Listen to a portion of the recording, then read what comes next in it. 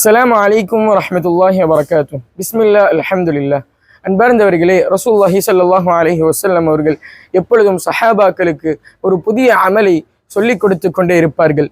அப்படி ஒரு முறை ரசூலுல்லாஹி ஸல்லல்லாஹு அலைஹி வஸல்லம் அவர்கள், உங்களுக்கு நான் ஒரு நல்ல அமலை, சிறந்த அமலை நான் உங்களுக்கு சொல்லித் தரட்டுமா என்று கூறிவிட்டு கூறினார்கள், அது உங்களுடைய இறைவனிடத்திலே மிகவும் ஒரு சிறந்த அமலாகும், உங்களுடைய தரஜாவை உயர்த்தக்கூடிய ஒரு சிறந்த அமலாகும். மேலும் நீங்கள் அல்லாஹுடைய பாதையிலே தங்கத்தையும் வெள்ளியும் செலவு செய்வதை விட மிகவும் சிறந்த அமலாகும். நீங்கள் அல்லாஹுடைய பாதையிலே போர் புரியதை விட மிகவும் சிறந்த அமலாகும் என்று கூறினார்கள். அப்பொழுது சஹாபாக்கள் கேட்டார்கள், யா ரசூல் அல்லாஹ், எங்களுக்கு சொல்லித் தாருங்களேன் என்று கேட்கும் பொழுது ரசூலுல்லாஹி ஸல்லல்லாஹு அலைஹி வஸல்லம் அவர்கள் கூறினார்கள், திக்ருல்லாஹ், அல்லாஹ்வை நினைவு கூறுவது என்பதாக கூறினார்கள். பார்ந்தவர்களே, நாம் அல்லாஹ்வை அதிகமாக நினைவு கூற வேண்டும்.